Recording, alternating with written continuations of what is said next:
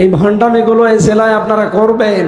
তাওহীদি জনতা বারবার প্রশাসনকে জানিয়েছিল ইসলাম নিয়ে যেন এভাবে কেউ সিনিমিনি না খায়। আপনি হয় ইসলাম মানেন না ইসলামের বাইরে চলে যান, আপনার কোনো দরকার নেই। ইসলামে পৃথিবীতে বিজয় হবে, হয় আপনাকে নিয়ে হবে হয় আপনাকে বাদ দিয়ে হবে। আপনি মারা গেছেন সলিমুদ্দিন, আপনার কবর কাবার আদলে বানানো লাগবে মানে আপনি কি রাসূলুল্লাহর চাইতেও বড় বুজুর্গ হয়ে পড়েছেন? হযরত ওসমানের চাইতেও বড় বুজুর্গ আপনি। জান্নাতুল বাকিতে আপনি যান, মসজিদে নববীর পাশে কবরস্থান, 10,000 সাহাবী শুয়ে আছে। আমি নিজে কয়েকবার গেলাম, একটা মানুষকেও বোঝা যায় না যে এটা কবর কিনা, এটা পাথর দেওয়া আছে। হযরত ওসমানের মতো জান্নাতের সার্টিফিকেট প্রাপ্ত মানুষ, উনি পড়ে আছে, মনে হচ্ছে একটা পাথর দেওয়া। আর সলিমুদ্দিন মরে যাবে, 3 তালা কবর বানাবেন, তো আবার কাবার আদলে। এই ভণ্ডামি রাজবাড়ী জেলায় আর চলবে না ইনশাআল্লাহ। সুতরাং এই জেলায় যেহেতু আমরা গোলাম কোনো পীরের না, বাবার না, আমরা গোলাম কার? আমরা অবিলম্বে এই নিকৃষ্ট কাজের ধিক্কার জানাচ্ছি, যারা এই ইমান বিধ্বংসী কাজে বাধা দিতে গিয়ে প্রশাসনের হাতে গ্রেপ্তার হয়ে এখন জেলখানায় আছেন, মানবেতর জীবনযাপন করছেন। আহ্বান জানাবো যারা দায়িত্বে আছেন অতি শীঘ্রই তাদেরকে নিঃস্বার্থ মুক্তি দেওয়া হোক। এই দাবি আপনাদের আছে না? আমার কণ্ঠ ভাঙা, এজন্য আমি জোর দিতে পারছি না। এর উপরে বেশি জোর দিলে এ ছাতা দেখা যাচ্ছে রওশনের সাদের মতো আর চলবে না। যতটুকু আছে আমরা পরিষ্কার ভাষায়, যদিও নরম ভাষায় বলছি, আমাদের ভাষা পরিষ্কার। আলেমদেরকে মুক্তি দেওয়া লাগবে, এটা আর হাসিনার আমল নেই। 2000-এর উপরে মানুষ জীবন দিয়ে আপনাদেরকে বসিয়েছে। আপনারা যদি এদেশে আবার ওই বৈষম্য তৈরি করেন, শিরিক বেদাত যেটা মানুষের ঈমান ধ্বংস করে, ওগুলো যদি আবার জিয়ানো থাকে, তে আমরা জীবন দিলাম কি খেলা করার জন্যে? জীবনকে আরো দেওয়া লাগবে সামনে। যদিও গোপন ষড়যন্ত্র চলছে আজ 2 দিন, একটা আপনারা জানেন কিনা জানি না, এই 2 দিন কিন্তু একটা গোপন ষড়যন্ত্র চলছে। অনেকে আবার সেই হাসিনা মার্কা ইলেকশন না, অনেকে সিলেকশন করার চেষ্টায় আছে, যে শুধু ঘোষণা দিয়ে দেবেন 153 জন। সে জামানা গুজার গিয়া, সে সময় এখন আর নেই। কথা বলেন, এই দেশে এখন কেউ দায়িত্ব নিতে হলে তাকে সিলেকশন না, ইলেকশন করে আসা লাগবে। আল্লাহ বলেন হুয়া জিতাবাকুম, তিনিই তোমাদেরকে নির্বাচিত করেন। নির্বাচিত করা হয় যে পদ্ধতি, তার নাম নির্বাচন। সে নির্বাচনই যদি না হয়, নির্বাচিত প্রতিনিধি যদি না আসে, শুধু সিলেকশন আসে, তারা আবার ফ্যাসিস্ট হয়ে উঠবে, যেমন উঠেছিল হাসিনা এবং তার দোসররা। তারা যে ফ্যাসিস্ট ছিল শুধু বাংলাদেশ না, তাম দুনিয়া এখন জানে। আজকে একটা অডিও রেকর্ড আদালতে ফাঁস করা হয়েছে। কি কথা বলেন না কেন? অডিও রেকর্ড অলরেডি ফাঁস করা হয়েছে আন্তর্জাতিকভাবে, এটা স্বীকৃত যে বিমান থেকে, হেলিকপ্টার থেকে গুলি করার নির্দেশ দিয়েছে সরাসরি হাসিনা। এবং তার পাশে দেখলাম আমাদের কুষ্টিয়ার নুনু, ইনু, ওরে তো নাম আমি ইনু বলতে চাই না, নুনু, এই নুনু দেখলাম ও বলছে ঠিক আছে চালান, তার মানে ও এর সাথে জড়িত। আমরা চাই মানুষ হত্যাকারীর সাথে যারাই জড়িত তাদের আদালতে বিচার হওয়ার পরে নির্বাচন দেওয়া লাগবে, নয়তো আবার যেন তেন ভাবে দেবেন, এরা আবার পাথর দিয়ে মানুষ হত্যা করবে। করছে না অনেকে, এটাকে হতে দেবেন? আপনারা রাজবাড়িতে যে লোকটার লাশ এই কাবার আদলে কবর দেওয়া ছিল, তুলে অনেকে পুড়িয়ে দিয়েছে, কারা দিয়েছে আমরা জানি না, এইটা ঠিক হয়নি। মুসলমান দাবি করলে তাকে পোড়ানো ঠিক না, কিন্তু সে যা কথাবার্তারা বলেছে এটা মুসলমানের মও থাকে না। অলরেডি কাফের, মোরতাদ, মুশরিক হয়ে গেছে। ও যা করেছে ও মুসলমান থাকার কথা না। আলেমরা তো এমনি প্রতিবাদ করেনি। সুতরাং এই পোড়ানোর সাথে যদি কেউ জড়িত থাকে, এই নিকৃষ্ট কাজের জন্য তারা শাস্তির আওতায় আনবে। কিন্তু যারা বিনা অপরাধে, আবু সাঈদের মতো মানুষরা জেলে আছে, আমরা চাই তাদেরকে অন্তত নিঃশর্ত মুক্তি দিয়ে পরিবারের কাছে ফেরত দেওয়া হোক। একেবারে নিরীহ একটা ছেলে, রাজবাড়ির গোয়ালন্দ এলাকায় বাড়ি। আমি আসলে মাঝে মাঝে দেখা হয়, হাফেজ মাওলানা আবু সাঈদ, কোরআনের হাফেজকে এইভাবে কষ্ট দিলে, হাসিনা আলেমদের কষ্ট দিয়ে কি করেছে আপনি দেখতে পাচ্ছেন না? ও কিন্তু আলেমদের বরদোয়ায় চলে পড়ে মরিছে। এখন যারা আছেন আপনারাও কিন্তু এভাবে আলেমদের কষ্ট দিলে ওর মতো শেষে দেশ ছেড়ে পালাতেও পারবেন না। অন্য স্বামী ছিল, পালিয়েছে। আপনার কি আছে? আপনার স্বামী আছে? আল্লাহ আমাদেরকে শিরিক এবং বেদাত থেকে মুক্ত একটা রাজবাড়ি দান করেন। আপনার বেশি আমল করার দরকার নেই ভাই, আপনি অল্প আমল করেন। আখলিস দীনাকা ইয়াকফিকাল আমালুল কলিল। তোমার ইমানটাকে খাঁটি করো, নির্ভেজাল করো। কোনো ঝামেলার ভেতরে শিরিক বেদাত কুফর জুলুম এর ভেতরে মিশ্রণ করো না নিজের আমলকে, ইমানকে। অল্প কিছু করো, এইটাই নাজাত পাওয়ার জন্য যথেষ্ট হয়ে যাবে। এই জন্য গাড়ি গাড়ি ইবাদত করা লাগবে না, আপনি অল্প করেন, কিন্তু এটা হওয়া লাগবে নির্ভেজাল এবং খাঁটি। কথা বলেন না কেন?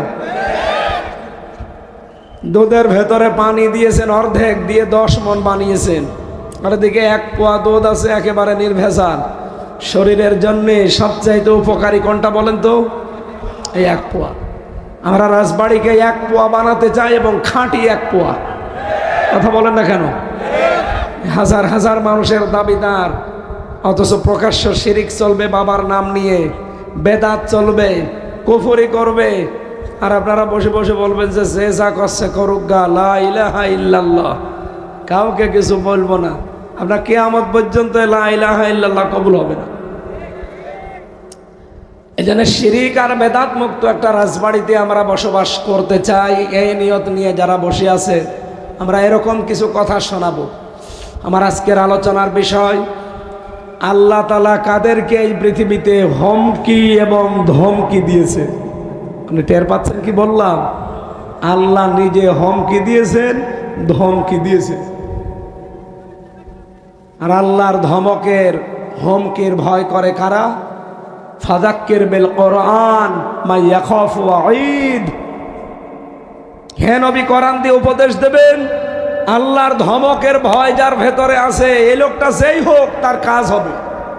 সুতরাং আজকের আলোচনার বিষয় আপনি টের পাচ্ছেন, আল্লাহ কাদেরকে দুনিয়াতে হুমকি দিয়েছেন, ধমকি দিয়েছেন।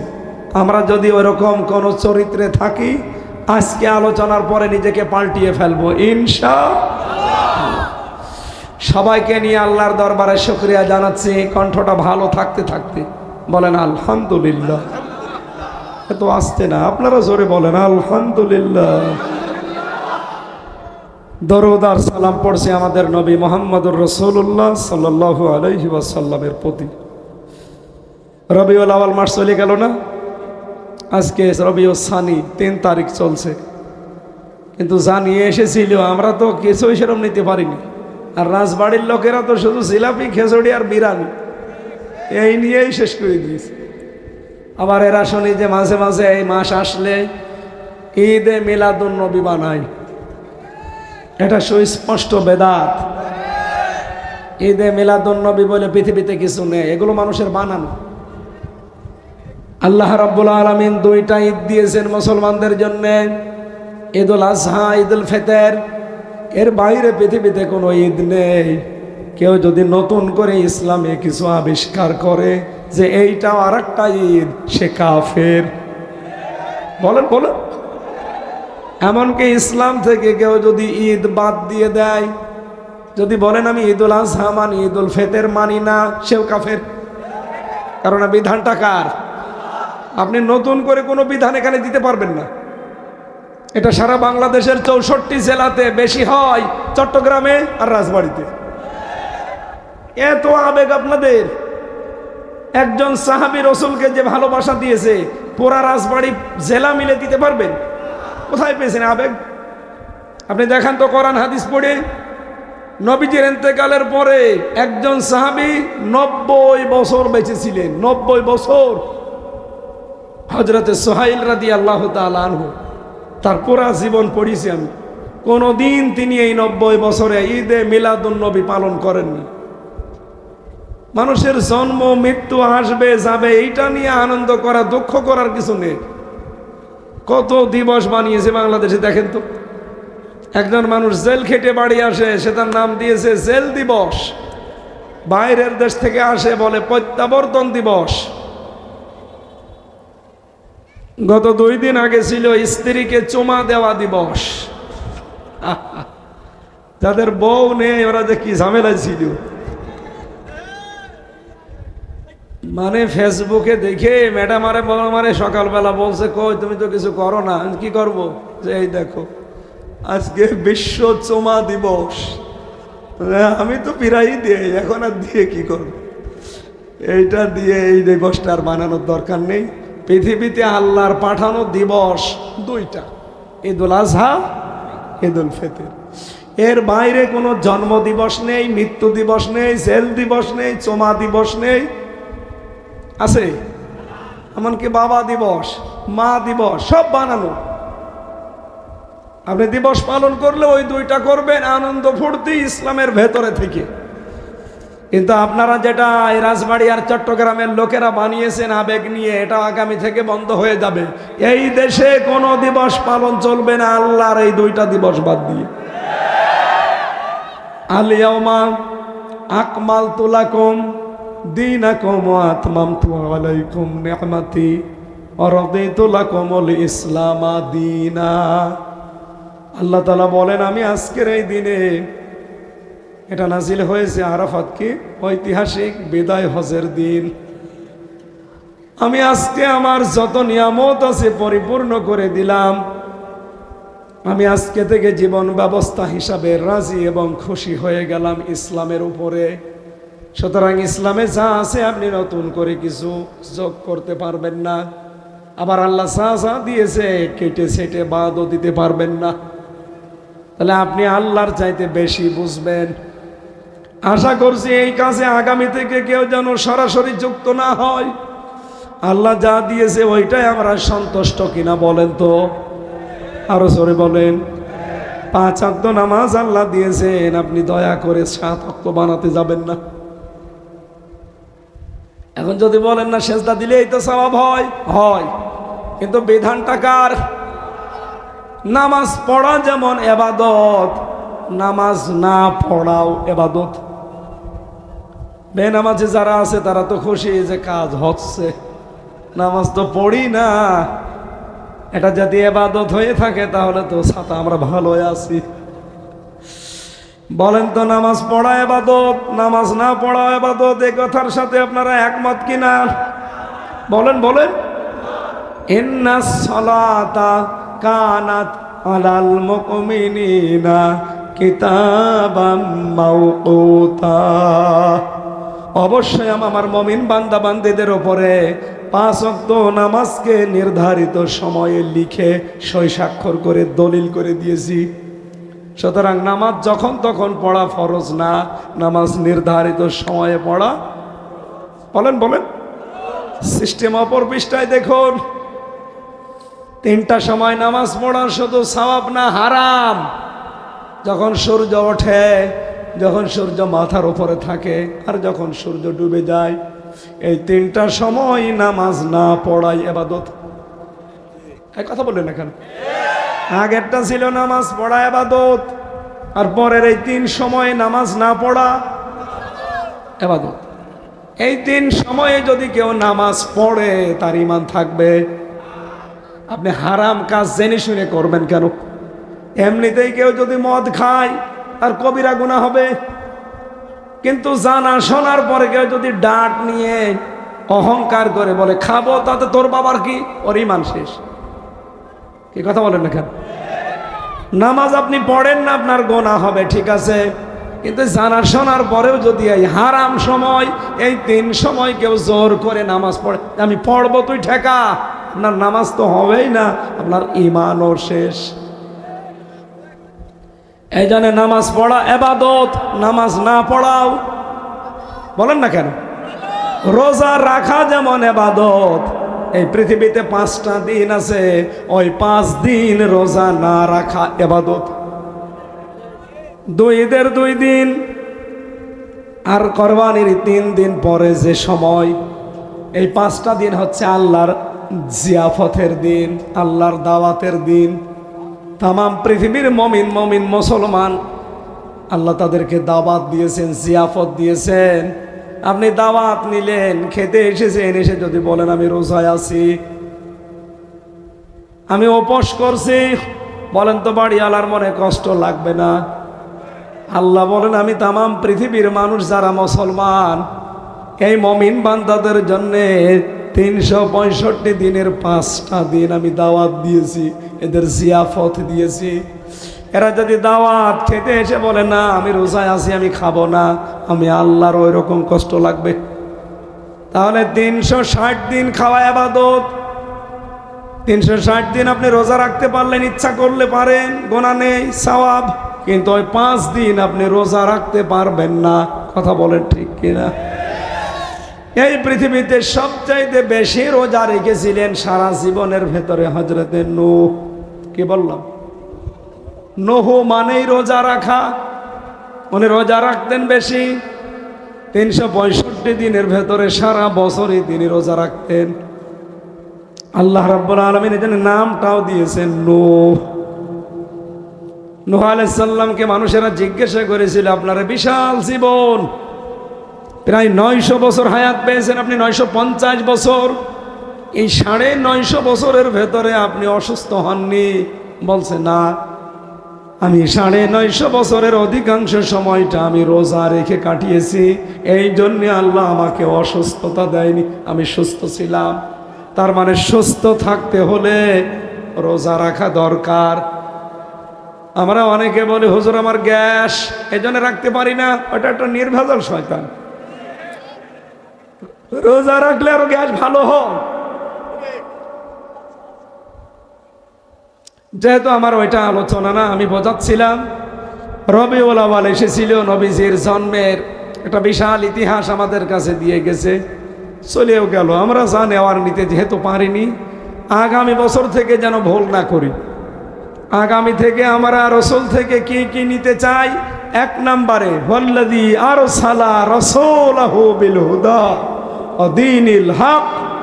তিনি সে আল্লাহ যিনি তার রাসূলকে এই জমিনে দ্বীনে হক দিয়ে পাঠিয়েছিলেন। কেন পাঠালেন? লিইয়ুযহিরাহু আলাদ দীনি কুল্লি। যত দিন আছে, ধর্ম আছে, নিয়ম নীতি আছে দুনিয়ায়, সব কিছুকে পেছনে ফেলে আমি আল্লাহ যে ইসলাম পাঠিয়েছি এইটা সে বিজয়ী করবে, এটা রাসূলের কাজ ছিল 1 নাম্বার। কথা বলেন, কথা বলেন, আরো জোরে বলেন। আলাউ কারিহাল মুশরিকুন। যদিও যারা শিরিক করে তাদের কাছে এটা খারাপ লাগবে। এখন আমার প্রশ্ন এই জায়গায়, বিশ্বনবী সারা জীবনে কোনো দিন বলেছিলেন আসেন আমার বাবা আব্দুল্লাহর নিয়ম নীতি জমিনে কায়েম করি, আমার দাদা আব্দুল মোতালেবের জীবনী কায়েম করি? কি বলেছিলেন? আনাকিমুদ্দিন, যে আল্লাহর বিধান কায়েম করি। এই কথা বলতে গিয়ে সবচেয়ে বেশি ওনার উপরে রাগ করেছিল মুশরিকরা। কারা? আরো জোরে বলে। এবার আমি একটা ইতিহাস বলছি সিরাত থেকে। না এখনই ওঠাউঠি করে, এরা ভেতরে আসে কেন? এই ভাই, এরকম ক্লাস করতে এসেছে, আপনারা যদি উঠে চলে যান, এমনি আমার গলা ব্যথা, আমি কিন্তু চলে যাবো ভাই। 1 ঘন্টা বললাম না, ওঠা যাবে না। এরপরে উঠবেন কেউ? যারা চলে যেতে চান যান, চলে যান ভাই। আগের থেকে আমার ক্লাসটা নষ্ট করেন না। আমি একটা ক্লাস করব, আমার গলা যতক্ষণ থাকে, থাকবেন ইনশাআল্লাহ। ইতিহাসটা বাংলাদেশের সাথে আমি মিলিয়েছি, আমি দেখলাম খাপের খাপ মিলে যাচ্ছে। নবীজি এই রবিউল আউয়াল মাসে জন্ম নিয়ে উনি লক্ষ্য করে দেখলেন 17 বছর বয়স থেকে 40 বছর বয়স পর্যন্ত 23 বছর একাধারে যে জমিনে এত খারাপ কাজ হয় করে কারা? পুরা আরব জাহানের ভেতরে তিনি একটা জরিপ করে দেখলেন, হিলফুল ফুজুল বানিয়েছিলেন এই সংগঠনের মাধ্যমে। 23টা বছরে তার কাছে রিপোর্ট এসেছে এটা যে এই দেশে 36টা গোত্র আছে। কয়টা? আমাদের দেশে গোত্র আছে কয়টা আপনি জানেন না? না, সারা বাংলাদেশ আপনি ইতিহাস পড়েন 36টা। এই যে সর্দার, মণ্ডল, বিশ্বাস, এরপরে মাতব্বর, এরপরে আছে শিকদার। এগুলো একটা একটা গোত্র না, বংশ বলে, আমরা কি বলে এরকম। আমি ইতিহাস থেকে বলছি যে আজকের তাজা খবর, আমি বিশ্ববিদ্যালয়ে চান্স পাওয়ার সময় এগুলো পড়েছিলাম, সেই 9 সালে, আমার হয়তো মনে আছে। যে এই বাংলাদেশেও এই যে গোত্র, যেটা দল বলে, গোত্র বলে বা বংশ বলে, এটা কয়টা আছে? 36টা। এদিকে তাকানো লাগবে, ক্লাস চলছে, বাংলাদেশের সাথে দেখবেন মিলে যাচ্ছে। হয়তো আপনি 36টা জানেন না, কিন্তু ওই ওই ওই আজকের বিশ্ব এই বইতে লেখা আছে 36টারই নাম দেওয়া আছে। আমি যেভাবে বলছি, আমার যেমন সর্দার বংশ, এই ইনাদের কি বংশ? খান বংশ। এরপরে আছে মাতব্বর আছে, শিকদার আছে, বিশ্বাস আছে, পাঠান আছে, যে পাঠান দেখলাম, কাজী আছে। এরকম কয়টা সারা বাংলাদেশ মিলে? 36টা। এই গোত্র বলেন, বংশ বলেন, যা বলেন বলেন। পুরা আরব জাহানে ওই সময় 1500 বছর আগে গোত্র ছিল কয়টা? আরো জোরে বলেন আর একবার। এই 36টা গোত্রের গোত্র প্রধান ছিল এক একজন করে। কয়জন হয়? 36 জন। ওই আরব জাহানে ওই সময় 3টা জাতি ছিল, প্রতিষ্ঠিত জাতি।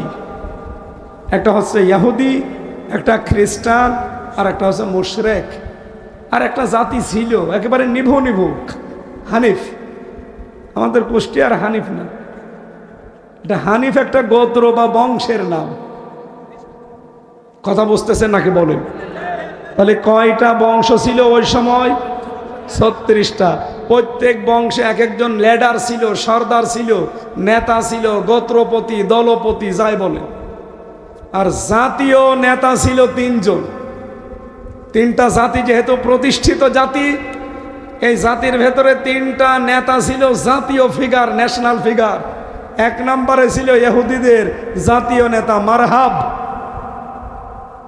খ্রিস্টানদের জাতীয় নেতা ছিল মুখাইরে। মুশরিকদের জাতীয় নেতা ছিল আবু জাহাল।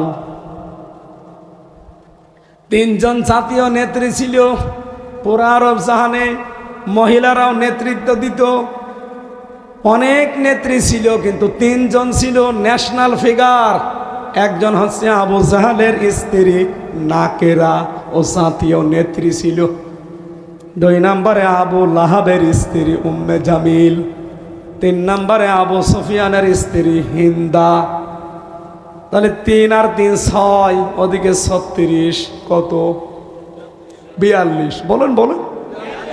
আপনি বাংলাদেশের 56,000 বর্গ মাইল এলাকা, 64টা জেলা, 630টা থানা আছে। আপনি একটু হিসাব করে মিলিয়ে দেখেন, এই দেশটা এই 54 বছরই চালানোর ক্ষেত্রে ভূমিকা পালন করেছে এই 42 জন। বিভিন্ন এলাকায় যারা গোত্রের এলাকার নেতা, তারা 36টা পাবেন, মোটা মোটা, ঘাড় মোটা।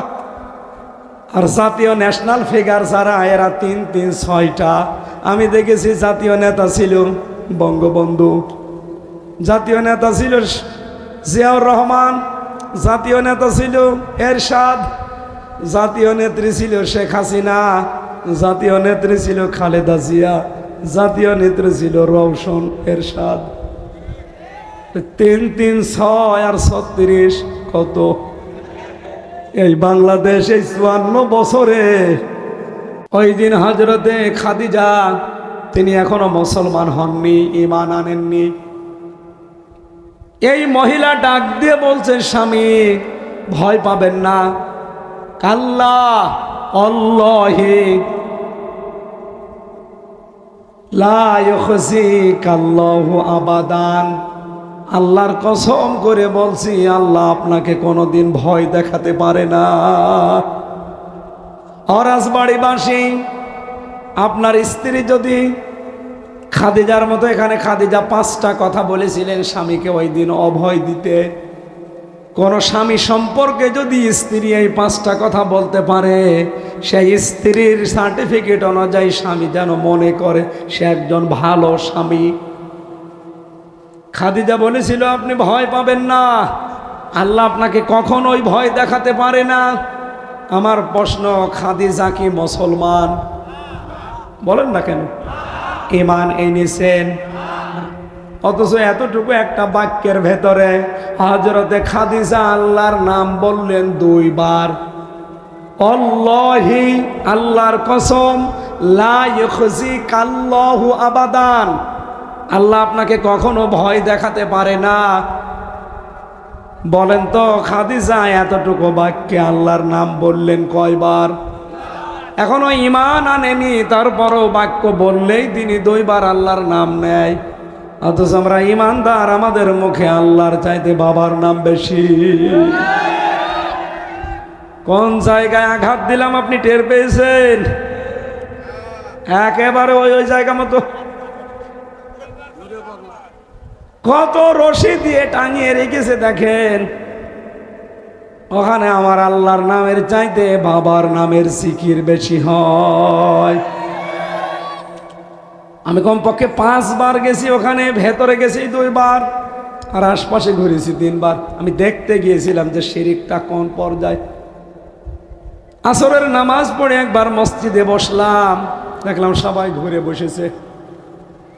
আমি ঘুরে নাই, আমি দোয়া পড়ছিলাম, কারণ ফরজ নামাজ শেষ হয়ে গেলেই কিছু দোয়া দরুদ পড়া লাগে।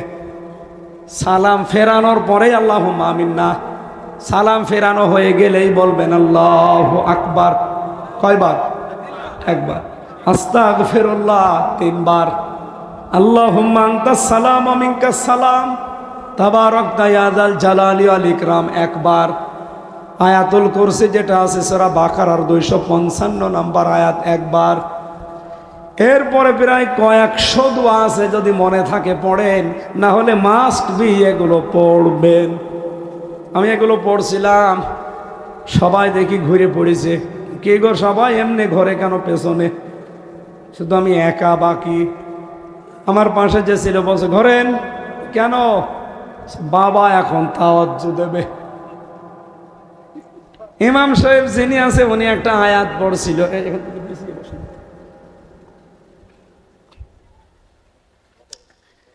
ইয়া আইয়ুহাল্লাযীনা আমানুত্তাকুল্লাহা ওয়াবতাগু ইলাইহিল ওয়াসিলা ওয়াজাহিদু ফি সাবিলিহি লাআল্লাকুম তুফলিহুন।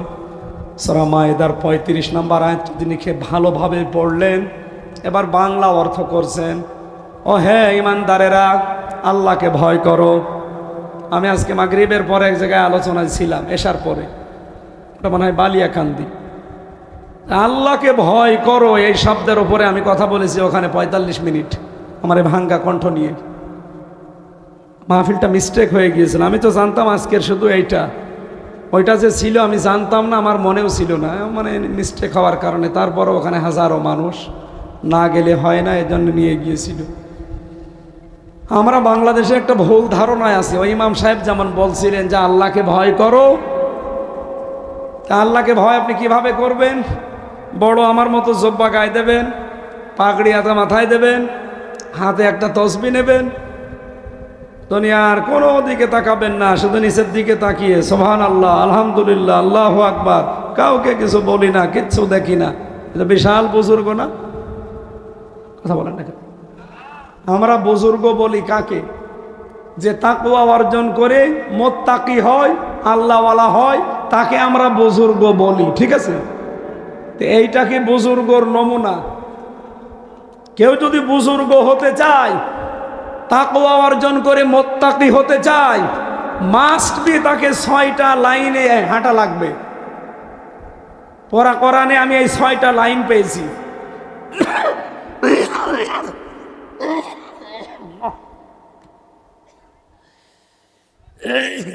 পানি গরম নিয়ে আসে থাকলে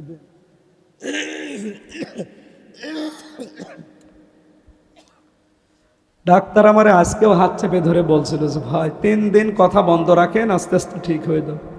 আমি বললাম 3 দিন মানুষ ছাড়বে?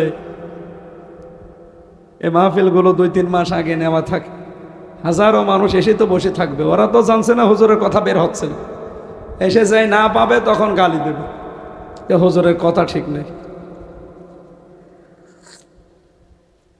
এ গরমে কিছুই হবে না।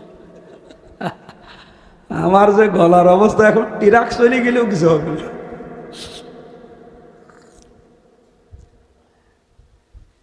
কাপড়ে শুধু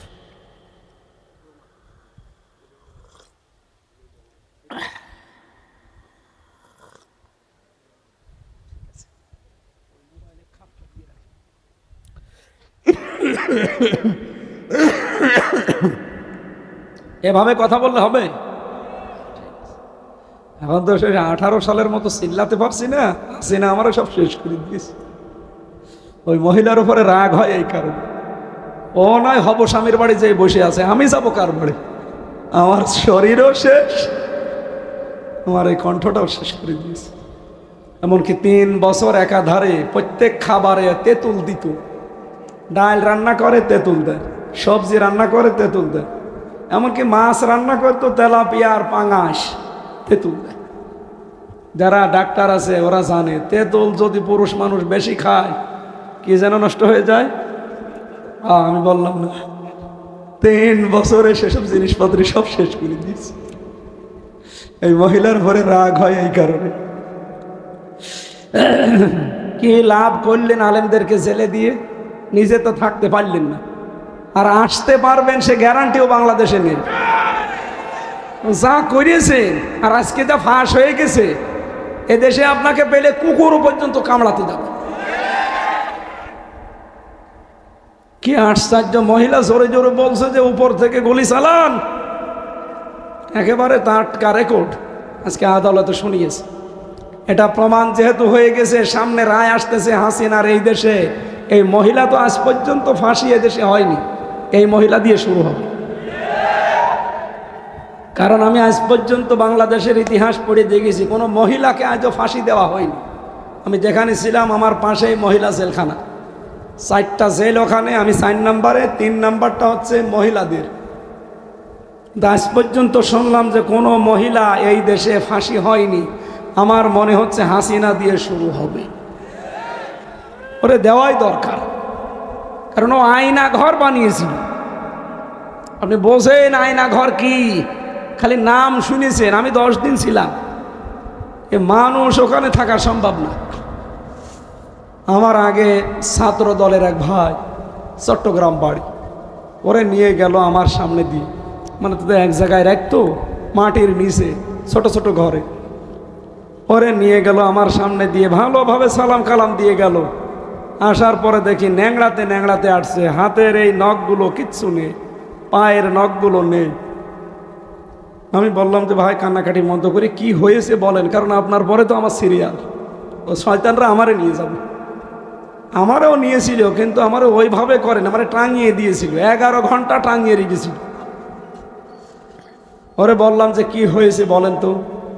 প্রথমে নিয়ে যে একটা চেয়ারে বসাইল, এই হাত আটকিয়ে দিল ক্লিপ দিয়ে, আর সাথে ক্লিপ দিয়ে আটকিয়ে দিল, এই গলার সাথে এই চেয়ারের সাথে একটা বেড লাগিয়ে দিল, একেবারে এইভাবে বসে আছে। কেউ তো নেই ছোট ঘরের ভেতরে, মাইক দেওয়া। হঠাৎ উপর থেকে আওয়াজ আসতেছে যে রেডি হও, মনে হচ্ছে যে শেষ করে দেবে। চোখ বেঁধে দিল। যে চেয়ারে বসে আছি, পাশে একটা এরকম টিপ মারা জিনিস আছে, সুইচ, কারেন্টের কি যেন সেট করা চেয়ারের সাথে একটা টিপ দিল। আমি এগুলো আল্লাহর কসম বানিয়ে বলছি, আমি নিজে পরীক্ষিত। এক টিপ দেওয়ার পরে দেখলাম 1 মিনিটে ঘুরতেছে। কতবার ঘুরেছি? কমপক্ষে তো ও একটা আন্দাজে বললো যে 100 বারের উপরে হবে।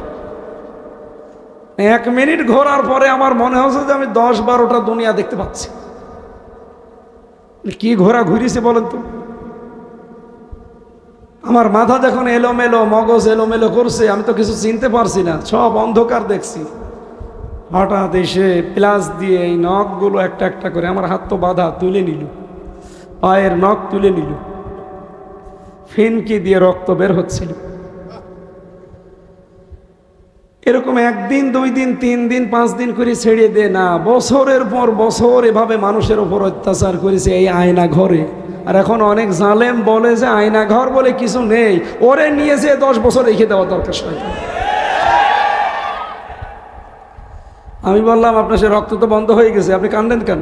তো হুজুর রক্ত এমনি বন্ধ হয়নি, এই ফিনকি দিয়ে বের হচ্ছিল, ওর উপরে লবণ ছিটিয়ে দিয়েছে। আপনি নিজেকে একটু ওই জায়গায় দাঁড় করান তো, বলেন তো কেমন লাগে।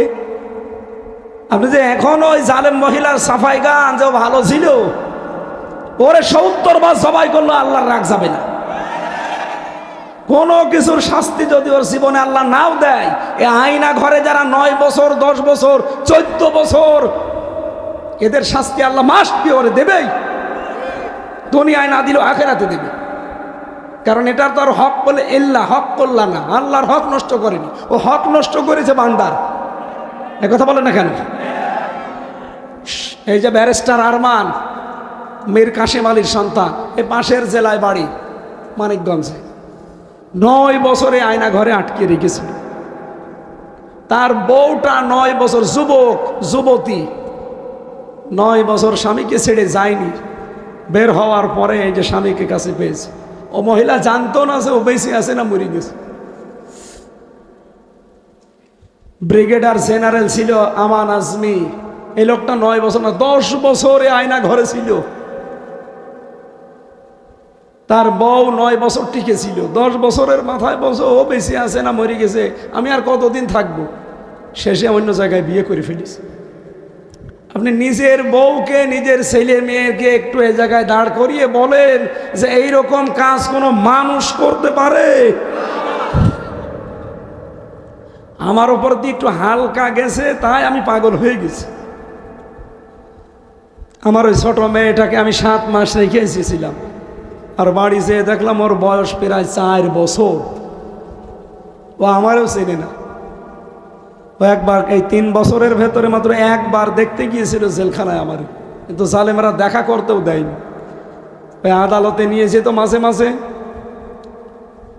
ও তো সামনে যেতে দিত না। ওই যে পিছন ভ্যান যেটাই পুলিশরা নিয়ে যায়, ওই ভ্যানের আবার ফাঁকা ফাঁকা করা আছে জ্বালানায়, ওখান থেকেই যতটুকু দেখতে পারতাম। এই ছোট মেয়েটা তখন মনে হয় খুব বেশি হলে 2.5 বছর হবে, এ ওই পিছন ভ্যানের ওইটা ধরে ঝুলে থাকতো। এটা মনে হয় আপনারা পত্রিকায় দেখেছিলেন পরবর্তীতে।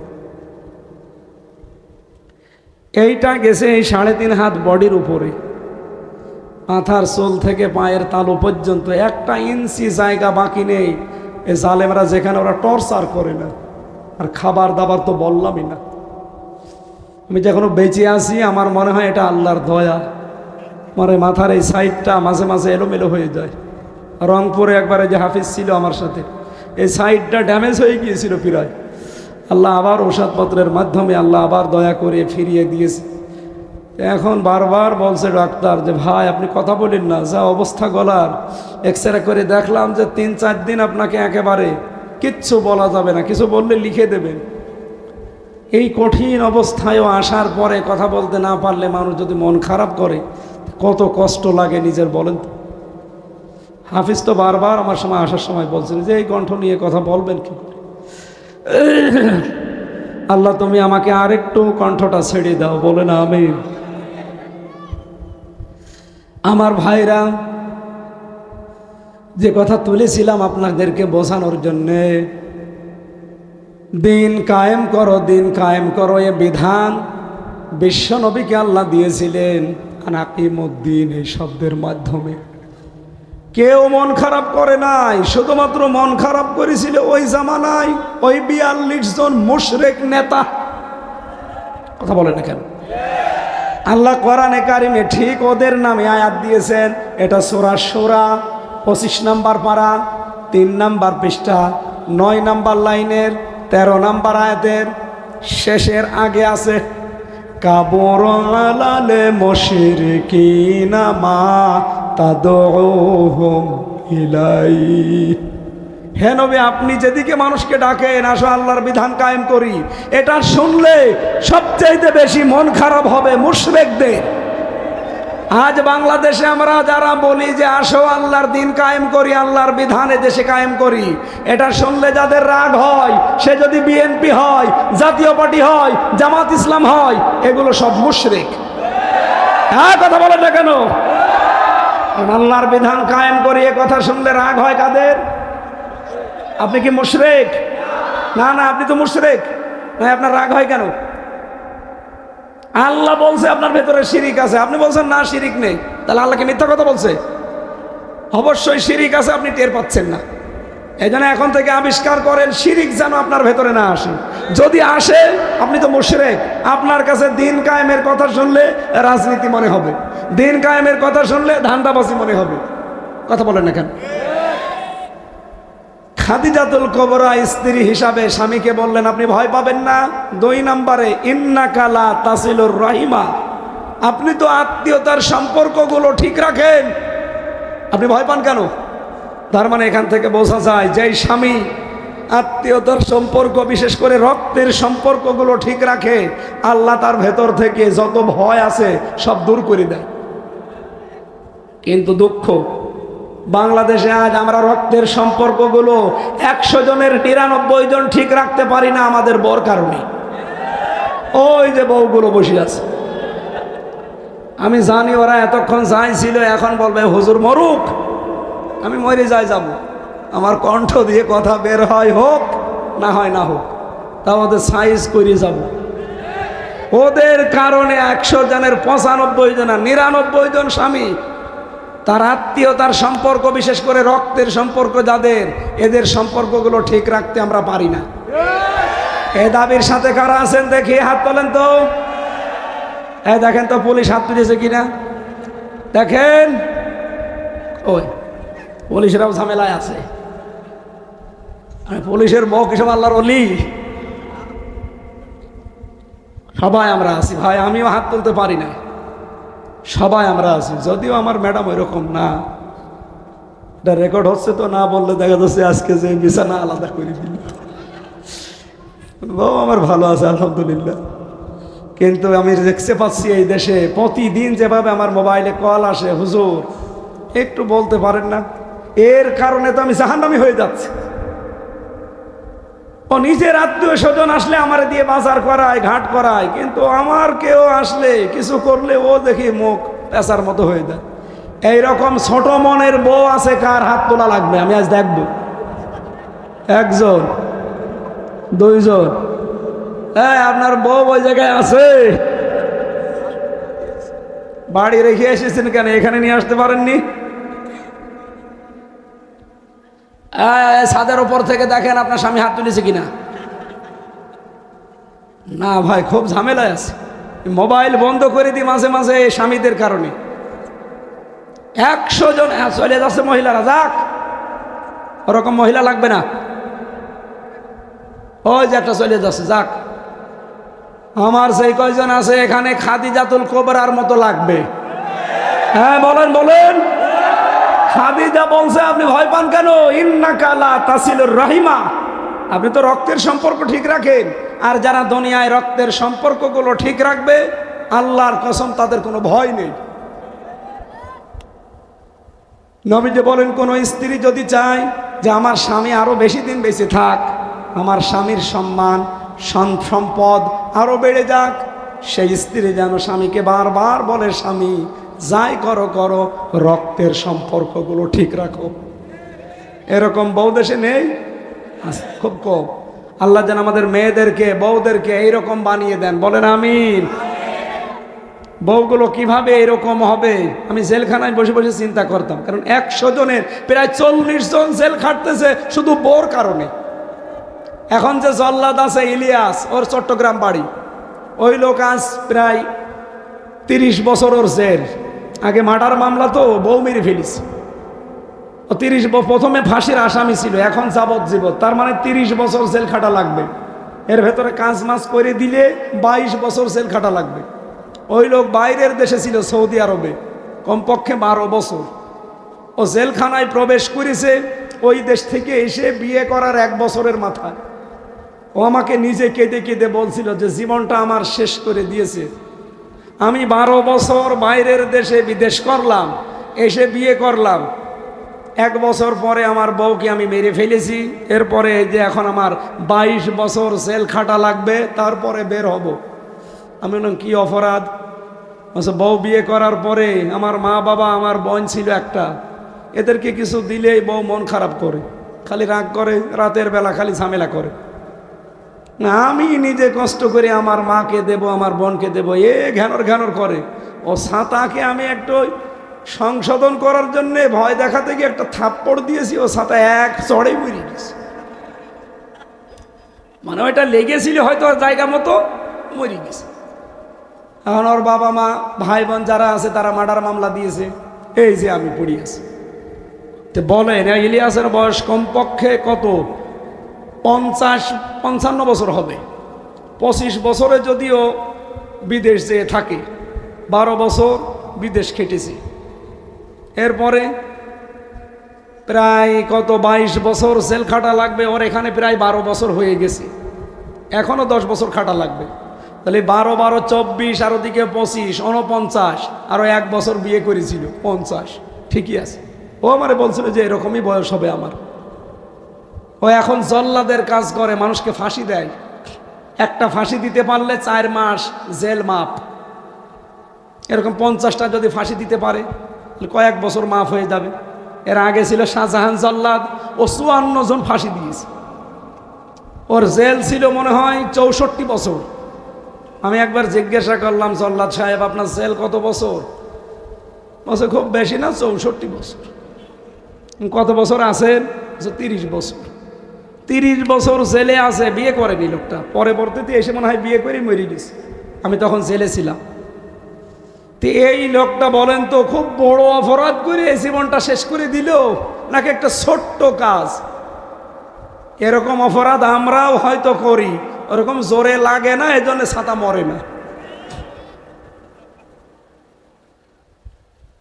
আপনি স্ত্রী হিসাবে তো আর দেখেন মহিলারা চলে যাচ্ছে, আল্লাহ আমি আর মেয়েদের ওয়াজ করবো না, নাউজুবিল্লাহি মিন যালিক। বাদ, ও দরকার নেই, ছাতা সব চলে যাবে শেষে। আমার যে ওয়াজ ছিল আজকে, মেয়েদের এই বইটা আপনি নিয়ে মেয়েকে পড়াবেন, বউকে পড়াবেন।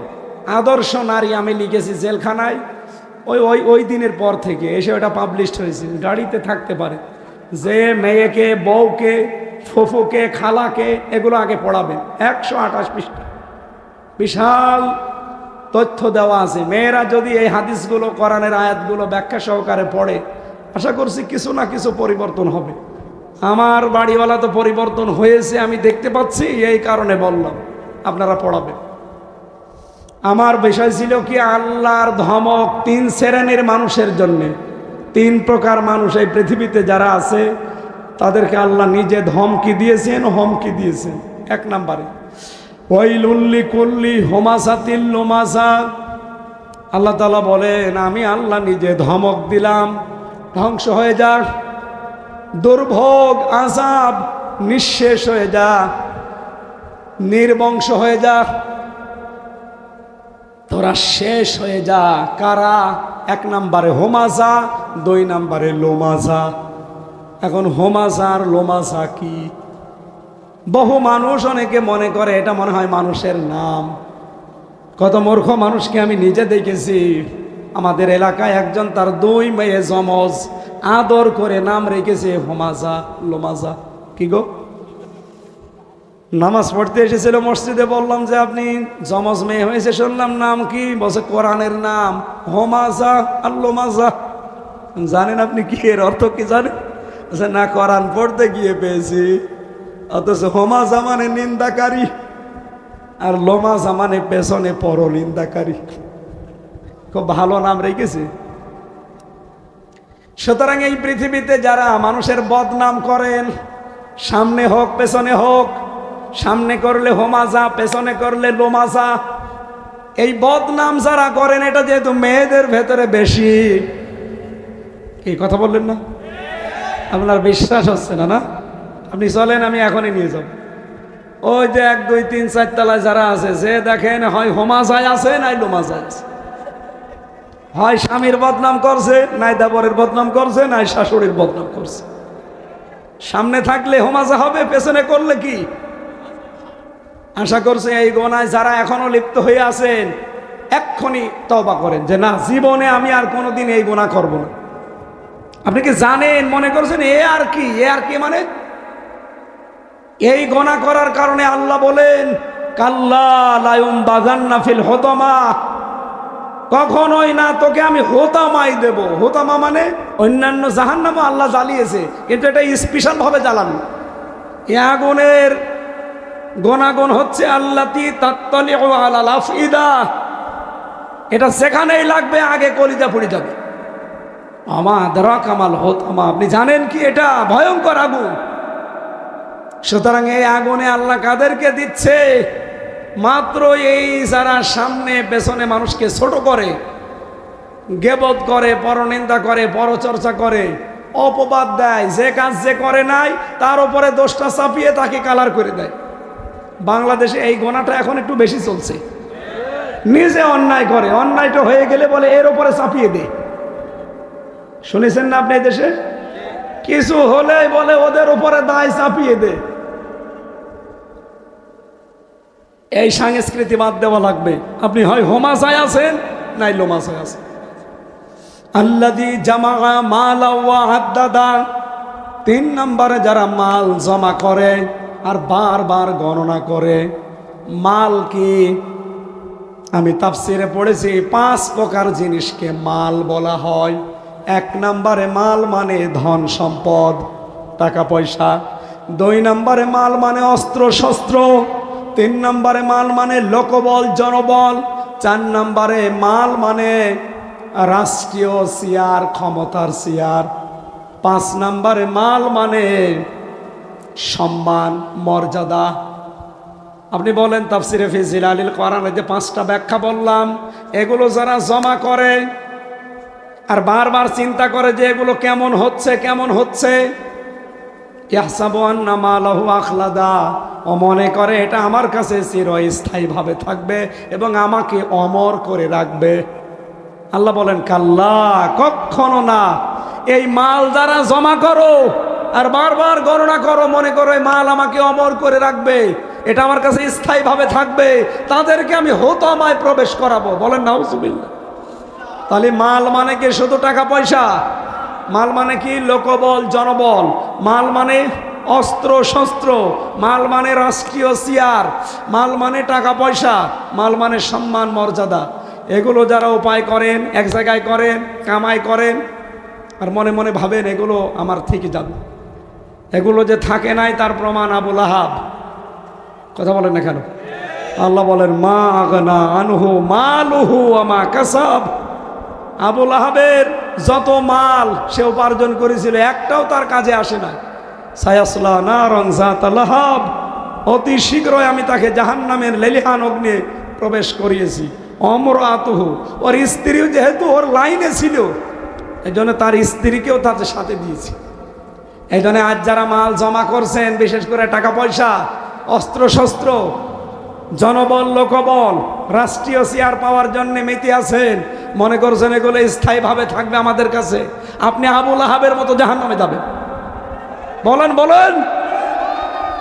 মাল আপনাকে অমর করে রাখবে না। এই যে কারুনের যে সম্পদ ছিল, আপনি লক্ষ্য করে দেখেন, ওয়াতাইনাহুল কুনুজা মা ইন্না মাফাতিহাহু লাতানু বিল উসবাতি ওয়ালিল কুওয়া।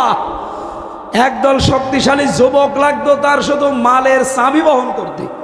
চাবি যদি শক্তিশালী যুবক লাগে, তাহলে আপনি বলেন তো তালা কত ছিল?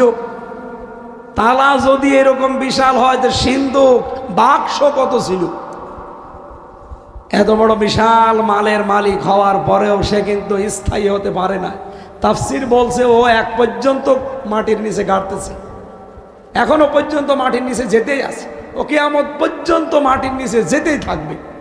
ওকে কি ওর সম্পদ মাল অমর করে রেখেছে? না। আমরাও আশা করছি এই যে 3টা বিষয়কে আল্লাহ ধমক দিলেন, এই গুনাহ যদি কেউ করে থাকেন নিজেকে একটু বাঁচানোর চেষ্টা করেন। আমি সহ প্রত্যেককে আহ্বান জানাচ্ছি, বেঁচে থাকি, আমার কণ্ঠে আরো চাপ দিলে আমি শেষ হয়ে যাব। আল্লাহুম্মা আমিন।